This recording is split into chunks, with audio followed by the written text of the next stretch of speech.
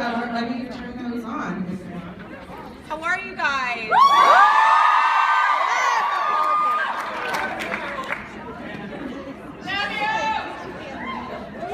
I don't know how to turn this one. Oh, there it is. I'll just yell. I got it. I'm good. How are you guys? Oh my God, what a crowd! You guys are impressive, man. Welcome. You guys are impressive. Hi. Hello. I got them all excited. This was me. I'd definitely do it either of you. Yeah, thank you. Thank you. Welcome. Everyone here is so excited that you're here. This is the first time. You are together again on a panel, is that correct? That's right. We had lunch a couple weeks ago. We were together then. But you guys were not there. Yeah. Seeing you guys. It was very much like this. Yeah. You sound like this. So you guys have stayed in touch. You text every day. You check in. What's up? I mean, I'm sure we do a lot of different things according to the people in the audience. Text every day. For the most part, yeah. Amy and I, we are really good friends off camera, and we both have a lot of similarities, and we have a lot of things in common. And so working with her was always a joy, and keeping in touch with her is even more fun. The fanfic is writing itself. So let's start with basic questions, because I know everyone here has good questions and want to ask them. So I'm going to start with the basic ones. I want to know what your favorite characteristics of your characters are. What was your favorite thing about them? My favorite thing about Shaw, I had a couple favorite things about it. I loved her eating food with knives. I thought that was very cool of her. What is it? Acker. Oh, and and I loved that her foreplay would have been cutting each other and punching each other, and I just picture her as being such a biter. And, and so I love how much you think about. That's an actor right there. That's someone who knows this character inside and out. I thought about her a lot, and there were a lot of things that I wanted to do with her that I never got the opportunity to do. So I always some of it was shaving my head and having a bionic arm, but I loved how masculine she was, and she ran with the big boys, and she was very much an equal to them, and never once was she portrayed as somebody who couldn't do what the boys on the show did, and and I guess that was my most favorite part about her. But like I said, just how tough she was and how violent she was, naturally. I really liked that. We are learning a lot about Sarah. Amy? No. I think Sarah should answer. Her favorite, your favorite thing? Sarah's gonna. So Amy's favorite thing about Groot is? Very sexy. No. I really, one of my favorite parts about it was the interaction. That I just loved getting to annoy her and flirt with her, and then it was just so fun. But she's very believable that she's really. But I did know that she loved me. Yeah. And kind of the same but opposite note, I loved how feminine Root was able to be and still hang with everyone and be as powerful, and there was never anything I just thought both of those characters that we kind of ran things, and it's like the girls in charge. Oh yeah! Ladies should be leading things. We all know this. What was your favorite memory from the show? Your favorite scene? Let's get romantic here. Let's see. One of my favorite scenes. It was not a well. I guess I don't know.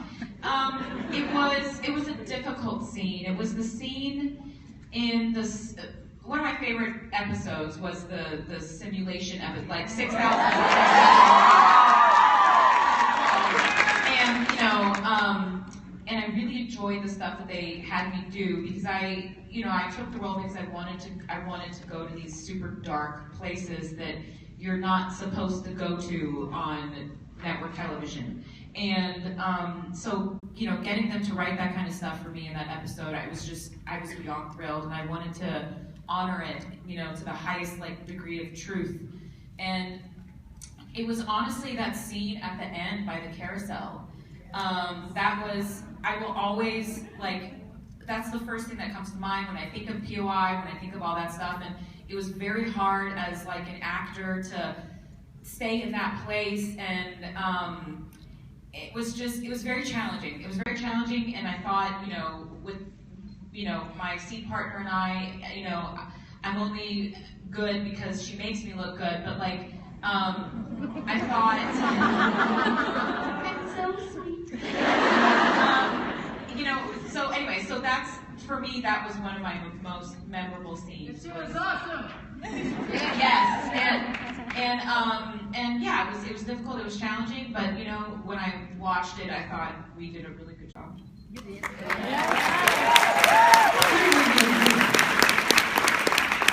the part where Sarah was biting me.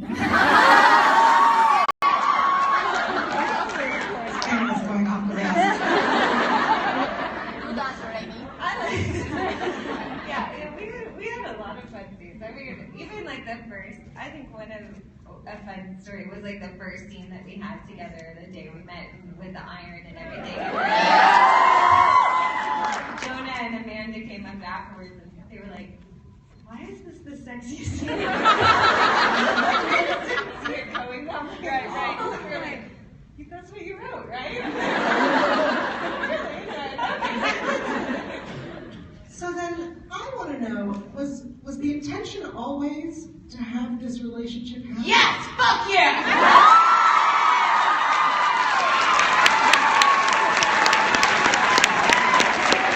So we're not sure. Let's go right to the Amy, how's your tailbone? So we have a lot of fan questions. I have a handful from Twitter, but I'm going to allow those who would like to. We have a microphone set up, so you may get in line. There's no microphone coming to you, so you should get up. There is no live performer right here. If you have questions, please line up. This is a question. Oh my God. Well, they're not. Let's see which one.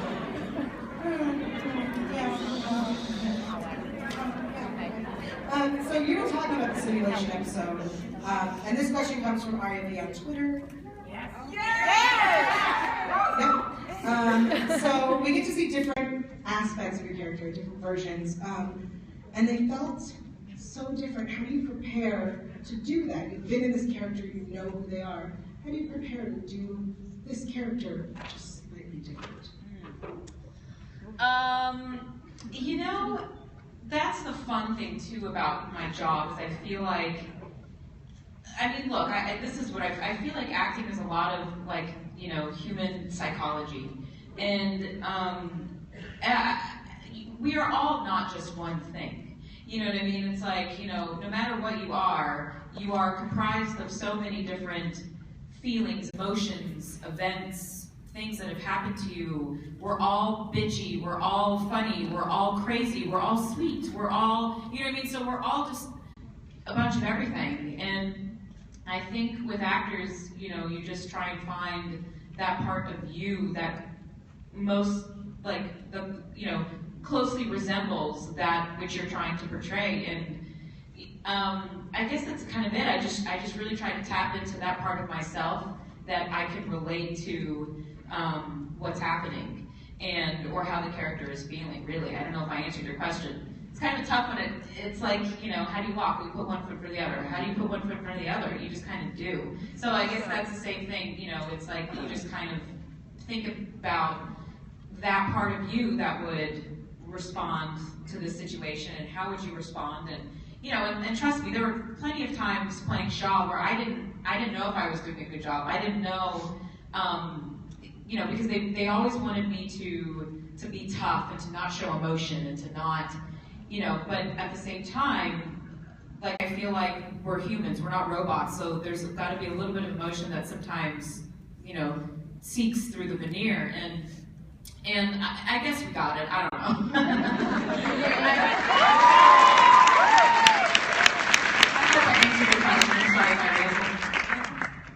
Awesome. I think we'll start with the first question.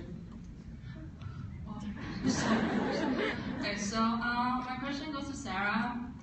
What is it like to kiss Amy Acker?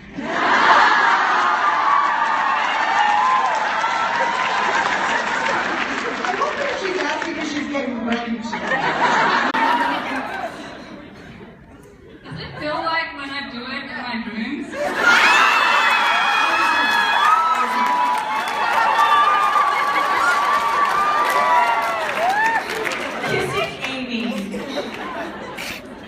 Like biting into the most succulent peach.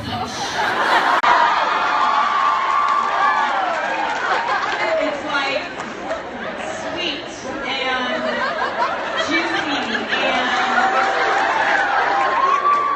and like just a little wet. It's better than your dream, sister.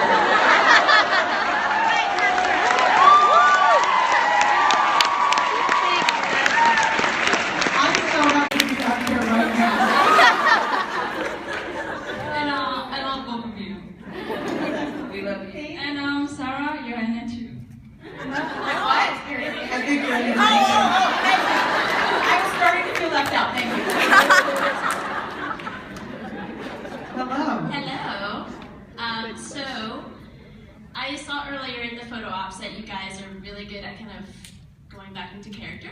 Amy, you get the root smirk down just like that. And Sarah, that face, the emotionless, just like stoic face, perfect. So I was wondering, since it's so easy for you guys to go back into character, if you guys could. How much are you paying me? What you want? If you guys could just like improv the scene. I'd like to point out we don't have a script up here. And that's unfair to the writers. Hasn't someone written some good fan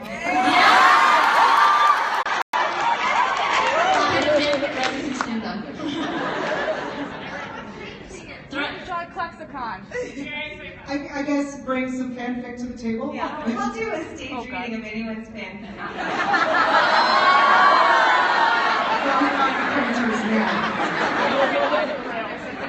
Thank you. If we can, maybe just like a scene of the ending didn't really happen and Rick comes back alive. Well, yeah. Okay, let's do it.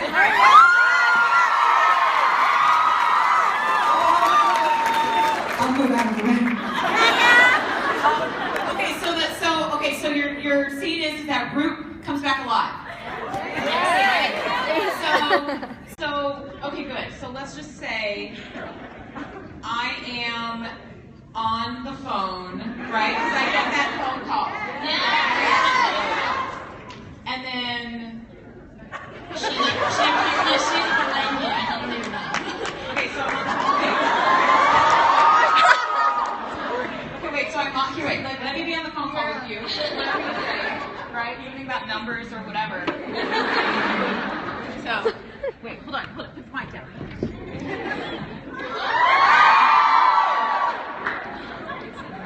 Oh my god. This is disgusting ever. I know. You're all so demanding. So demanding.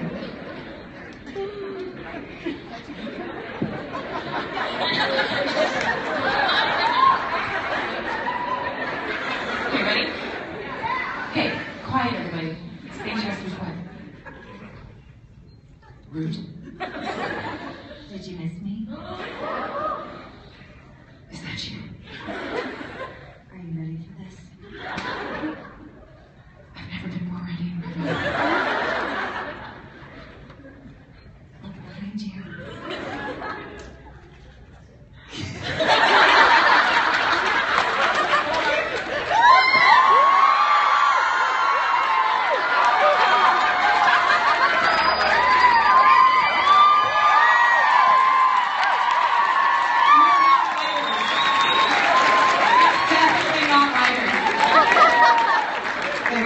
Thank you so much.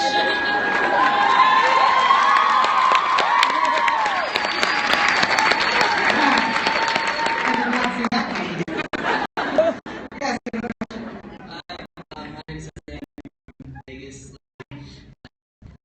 So a lot of the questions have been like, flirtatious and stuff, and you have already mentioned my everything. It's been insinuated that Root Shaw had a lot of kinky sex. So based off your perspective of the characters, like, what do you think are some kinks that? We're gonna keep this not going any further. Oh, is this like a PG thing? Is it? There are. Oh, there are kids here? Yes. Okay. Let's remember the show aired on CBS. I apologize, I'm sorry. So we're gonna keep things. Well, okay. Alright, sorry. Did you say we're gonna keep things zip tight? Just want to clarify. I apologize for the children in the audience. So I guess another question would be, in the scene where the machine, as Root's voice, is giving the message about Shaw being a straight line and everything like that, there's only been like another time where we see Shaw's emotion come through, and that's when she's helping the little girl. And so in that moment, when Shaw cries and stuff like that, do you think that, her being a sociopath and everything, like, do you think that is when, she actually does feel love for Root in that moment, or she actually does realize, like, I actually can be with this person, like, just because I'm this way, it doesn't have to hinder me from, loving this woman. I think she realizes it before that moment. There were some, I can't remember all of them, but there were definitely some scenes before that, even as far as going back to season 4, where the character Root was, definitely getting under Shaw's skin. And I think in the beginning, I really don't think that Shaw had a thing for Root. I think it really caught her by surprise. And by the time we got to that scene, I think it was already, Shaw's feelings were already there. I don't think it was in that moment that she realized that, or she would not have gotten emotional. But, she's definitely one of those characters who, she's kind of a lone wolf, and she found herself amongst this family, and I think she found, that relationship with the dog, with her, with the fellas on the show, enjoying it more than she thought she would. And, realized that being isolated wasn't all it's cracked up to be. And, in an alternate universe, I do think that, the two of these were together, and, and they made little shoot babies. With the help of a machine. But yeah, I think she realized it way before then that this was somebody that. So when do you think she realized it then? I'm trying to remember honestly because I can't remember I can't remember. I got dumber with each kid I had, so I don't know. But I really feel like there was something that happened in season 4 where her flirtations just started working. And I just remember when she came to pick me up on a motorcycle and she hands me a helmet and I get on the back of the bike and we drive off and, there's just something there. And then my need for her help was another thing on the show. Like I needed her to help me. And so it was just, it just kind of developed. I mean, it was like, I think it was like somebody pulling out the rug from underneath her when she realized she did have feelings for her. But again, because the character was supposed to be so reserved, it was never anything. I think the dream, the fantasy, the simulation, I think that was, that was the most Shaw would ever show. But even that was pretty much all done for you guys. It's like, because we read the feedback that was on Twitter and what the fans wanted, and that was really done for you all. Thank you. I have another question that came from Twitter before we get back to the line. From Jay's for Amy. Although Root was one of the major characters, we didn't get to see a lot of her background between Hannah's murder and becoming an assassin. What do you think happened in between? Well, I'm assuming because her kind of introduction to the Teen Machine family was about pursuing the machine, so I think she sort of took her Oregon Trail knowledge that you saw. That was about all you knew she did with computers at that point, and went really deep into trying to find the AI and to make AI. And then when she found out that Harold had created the machine, it sort of became her life's goal to find this man and release the machine. So I think the lesson we learned is everyone should really be playing Oregon Trail and really get into it. And go to school. And go to school. Where you play Oregon Trail. Yes, we have another question. This on? Okay. So my question might be a little awkward, but I'm drunk till hell. So let's see what this question is. So obviously you guys are really good friends, and you guys have shown that. And my question is, so obviously since you're both so freaking hot, is it weird for you guys to make out with each other because you're such good friends? I think what she's trying to say is, as actors, sometimes doesn't it get difficult to work with your friends in such intimate ways? It's always strange. I mean, it's, it is. It's like, because we are such good friends, and, we genuinely like each other as people, and, I mean, we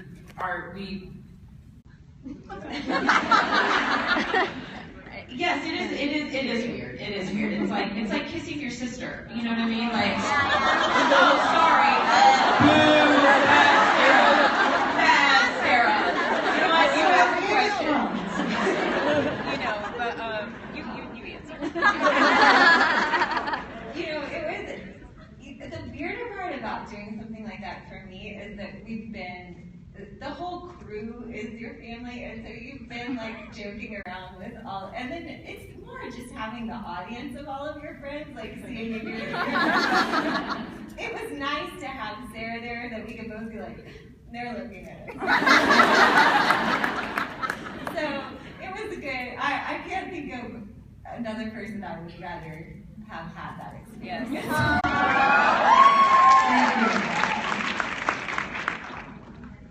Hello. Hi, my question is for Amy. So outside of the events of season 5, like if Shaw's survival didn't depend on the machine's survival, do you think that Root could live a life without the machine and with Shaw? The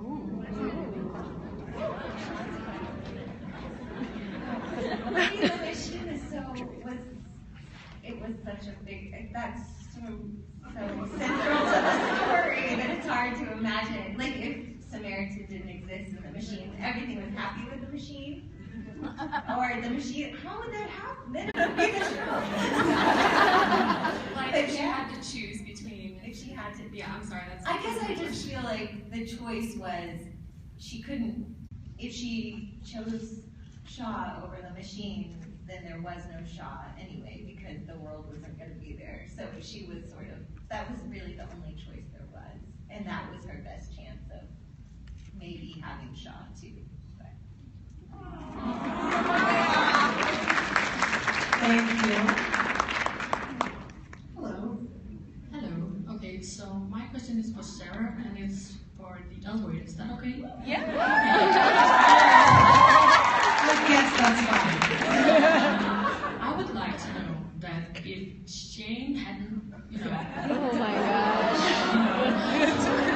and you had been together, where do you think Shane and Cam will be today? What would they do? What would they? sorry to shoot panel, I know. Yeah, no. Yeah, Shane and Carmen. They were called Charmin. Charmin. Yeah, I like the toilet paper. But I think I think they probably end up somewhere like like New York or like some hip, because Carmen was she had the whole DJ thing going. So, she would be like this, huge DJ, and Shane, I don't even know, what did Shane do? That's right, that's right, yeah, you're right. And I'm so glad you guys know my job more than me. And yeah, she was like gonna be like Sally Hershberger, and we just like dominate New York and be these like power lesbians together, and yeah.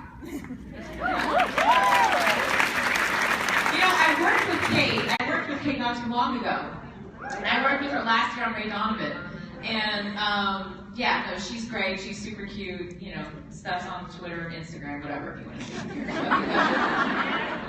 Okay, so everybody knows, like the filming process for film and TV is different.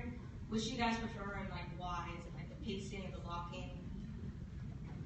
I prefer the process of filmmaking more than the process of TV making, but I enjoy how, you shoot a movie and it doesn't come out for a year, maybe a year and a half. With TV, there's a more instant result. But as far as the process goes, I do enjoy film only because I feel like you can take more chances. The people involved are really there for the art of storytelling, and they want to try things and be inventive, and you move at a slower pace. You only shoot maybe like 4 or 5 pages a day, whereas in the TV show, you shoot 10, 11 pages a day. And it's just quicker, and it's not as, sometimes it's just about, okay, we gotta get it, move on, get it, move on. Whereas in film, I feel like you have more chance to like play with your character. I think I like TV. For a couple of reasons. One, going back to the crew, you really start to have a family, and I like that sort of 9 months of the year you're spending with these people, and I guess I've always been lucky to be with really great groups of people and cast, and also just that the characters get to evolve so much and change, and I just like getting to know a character that well, so having that time. Now, I guess shows can get canceled after but on the good ones, they get to stay on, and you get to find those characters I really like. Thank you. I just want to point out that some good shows also get canceled, like Dollhouse.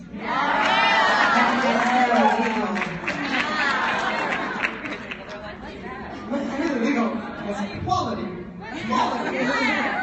Thank you. Congrats on the new showing. It's for both of you. In canon, we see that Shaw has a personality disorder, and it's sort of talked about among the fans that Root probably does have some type of personality disorder as well. But how does that change the way that you guys approach your characters when you know that there is that sort of affect that they have that is not necessarily neurotypical? Go ahead. I mean, I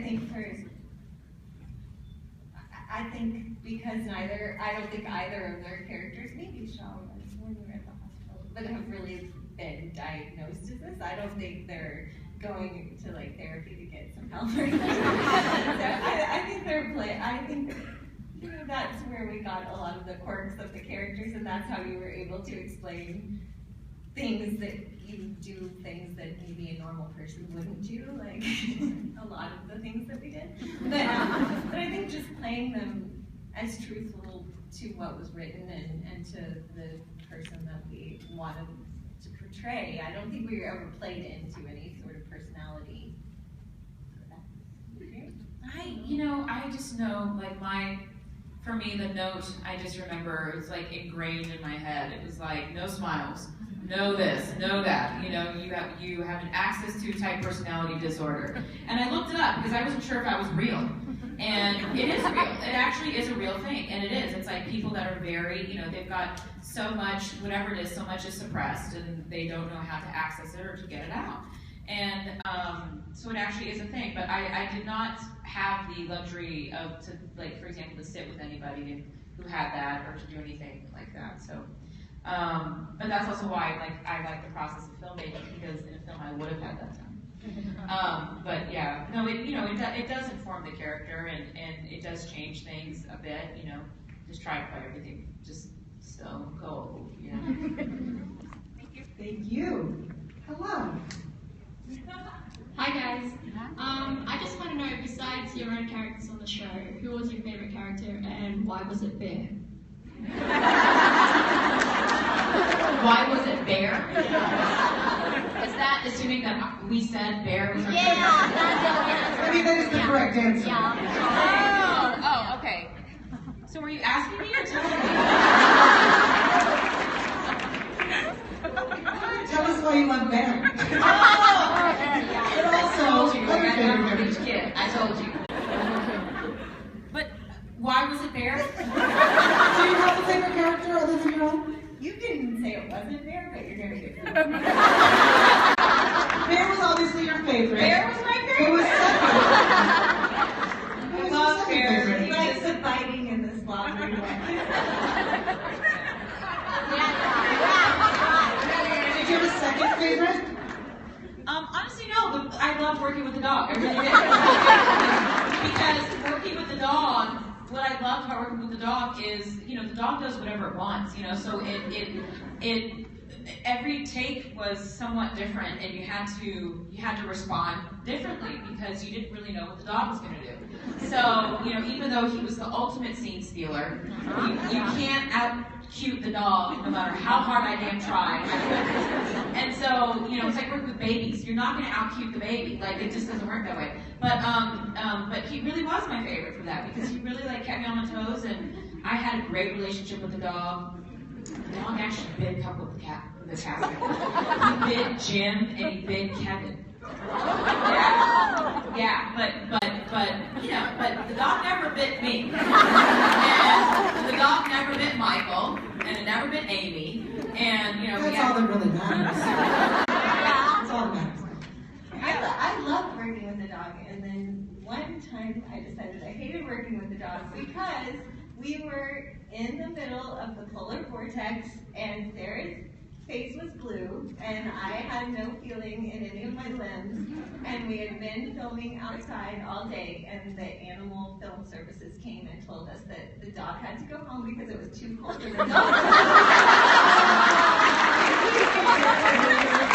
That's right. That's actually a really funny story. The snow was coming down so hard you couldn't see your hand in front of your face, and we're all standing there like in a park. Like, who the is going to go to the park when it's snowing that hard?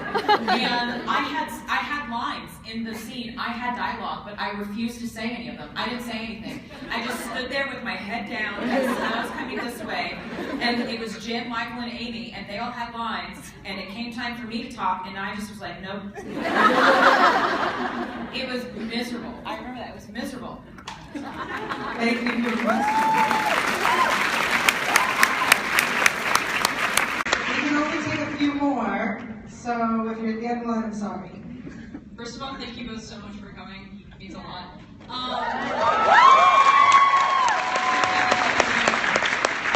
First off, for Amy, do you think that Root had a crush on Hannah Fry? Because it kind of came across that way a little bit, her friend at the beginning. Her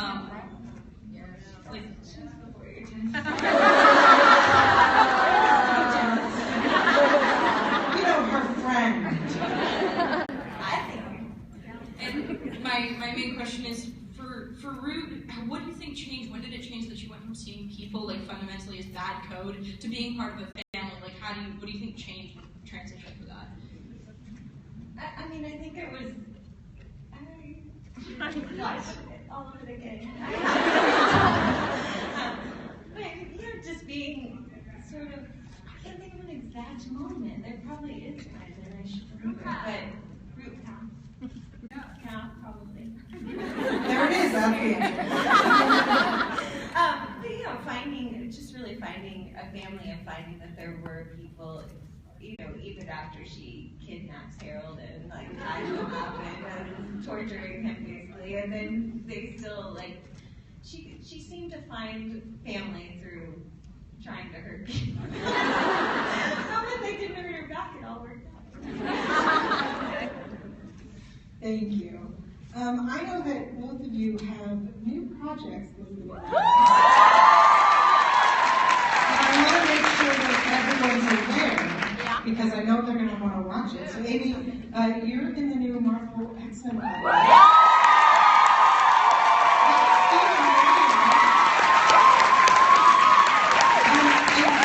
You got Gregory, the reality, virtual reality thriller. Is there anything either of you can tell us about either project? Aside from the networks? Well, I mean, everyone knows kind of what, you know, you say Marvel, you kind of know what you're getting, but my thing is,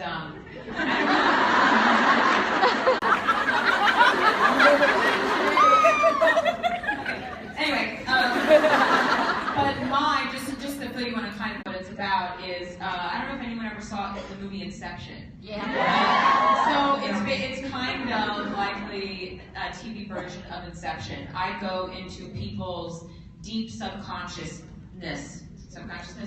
whatever, to try and, you know, help solve their issues and their problems, and so that's the virtual reality part of it all. Is I'm going into people's subconscious, kind of like that movie Jennifer Lopez, The Cell. It's like if The Cell meets Inception, it's like that kind of thing. And then throughout it, I've got my own. I fall into this rabbit hole where the program starts messing with me, and the things that are happening in the virtual reality starts happening in the real world, and it's just, you know, it's from this director who directed a lot of really kind of popular thrillers, and so you know, hopefully it'll be good.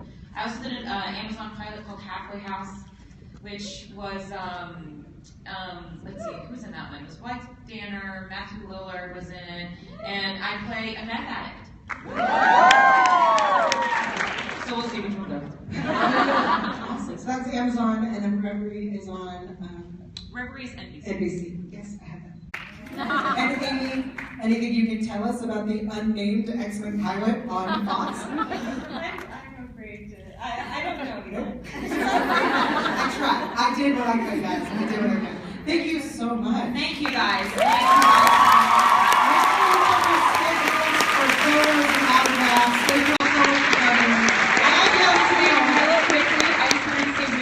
We've got a lot of acknowledgement from you guys, but I want to take a second and just acknowledge you guys, because we would not be where we're at, or at least I would not be where I'm at without your support. And so I thank each and every single one of you for your support individually. So thank you very much for that.